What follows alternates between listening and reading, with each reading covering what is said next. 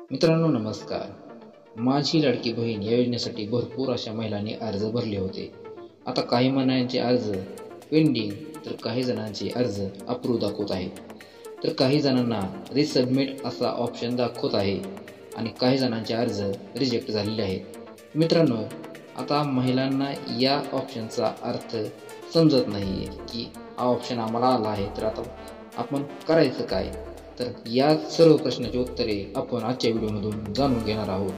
तत्पूर्वी मित्रांनो एक विनंती, आपल्या या चॅनलला सपोर्ट करा. अशाच महत्त्वपूर्ण अपडेट्स मिळवण्यासाठी चॅनलवरती पहिल्यांदाच आला असाल तर चॅनल सबस्क्राईब करा आणि बेल आयकॉन प्रेस करा. चला तर मित्रांनो व्हिडिओ सुरू करूया.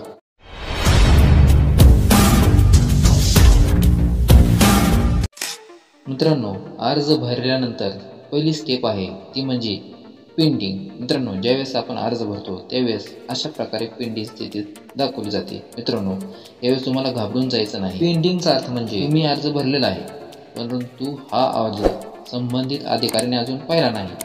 काही दिवसांनी ते अर्ज व्हेरीफाय करतील आणि त्यानंतर तुमचा अर्ज रिजेक्ट किंवा अप्रूव्ह केला जाईल. आता मित्रांनो, ज्यावेळेस अर्ज हा रिजेक्ट केला जातो त्यावेळेस अशा प्रकारचा रिसबमिटचा ऑप्शन त्या ठिकाणी दाखवला जातो.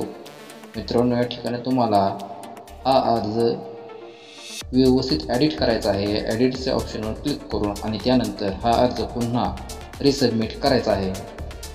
मित्रांनो, जसं तुम्ही रिसबमिट हा अर्ज कराल तो पुन्हा पेंडिंग स्थितीत दाखवला जाईल आणि त्यानंतर काही दिवसानं हा अर्ज मंजूर केला जाईल. आता मित्रांनो, काही जणांचं स्टेटस अशा प्रकारे अप्रूव्ड दाखवत आहे. मित्रांनो, जर तुमचं स्टेटस अशा प्रकारे अप्रूव्ड दाखवत असेल तर तुम्हाला आता काही करण्याची गरज नाही. तुमचा अर्ज हा मंजूर झाला आहे आणि तुम्हाला या योजनेचे पैसे मिळणार आहेत. फक्त तुम्हाला एकच काम करायचं आहे, ते म्हणजे तुम्ही दिलेला आधार क्रमांक या डोळ्याच्या चिन्हावर टच करून बरोबर आहे का ते पाहायचं आहे आणि त्यानंतर तुमचं आधार कार्ड हे तुमच्या बँकेला सीड आहे का ते पाहायचं आहे.